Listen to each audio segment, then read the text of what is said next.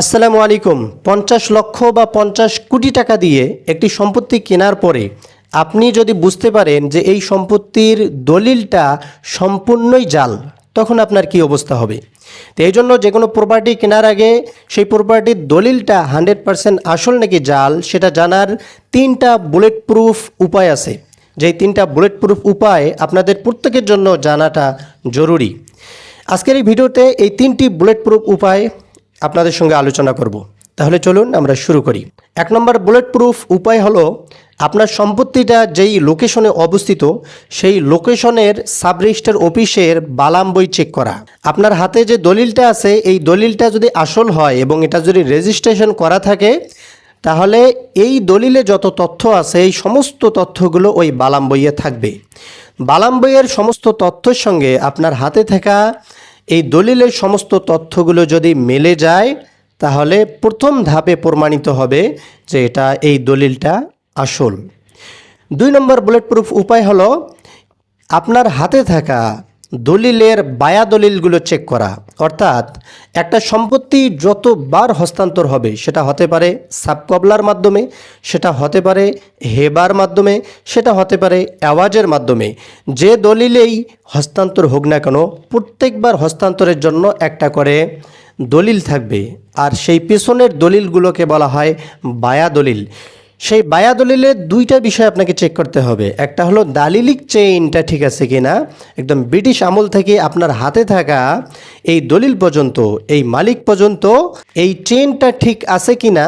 আর 2 নম্বর হলো খতিয়ানের বা রেকর্ডের, অর্থাৎ CS, SA, RS, BS, BRS কিংবা ঢাকা সিটি, এই যে যতগুলো জরিপ হয়েছে, যতগুলো রেকর্ড হয়েছে, এই রেকর্ড বা খতিয়ানের চেইনটা ঠিক আছে। এই 2টি বিষয় অর্থাৎ দালিলিক চেইন এবং খতিয়ানের চেইন, এই 2টা যদি মিলে যায় তাহলে দ্বিতীয় ধাপে আপনার এই দলিলটা আসল হিসাবে প্রমাণিত হবে।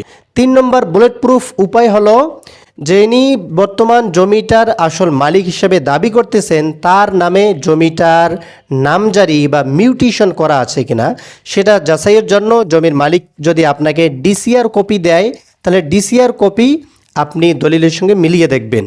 যদি না দেয় ডিসিআর কপি তাহলে আপনি সরাসরি এটা অনলাইনের মাধ্যমে যাচাই করতে পারেন। বাংলাদেশে ভূমি সংক্রান্ত যে ওয়েবসাইটটা আছে অনলাইনে সেটার নাম হলো www.land.gov.bd লিখে সার্চ করবেন। সার্চ করার পরে ভূমি সংক্রান্ত বাংলাদেশি ওয়েবসাইটটা চলে আসবে। সেখানে দেখবেন ভূমি রেকর্ড ও ম্যাপ নামে একটা অপশন আছে, ওখানে ক্লিক করলে একটা সম্পূর্ণ নতুন পেজ আপনাদের সামনে ওপেন হবে। সেখানে আপনার জমির লোকেশন অনুযায়ী 5টা তথ্য আপনাকে দিতে হবে।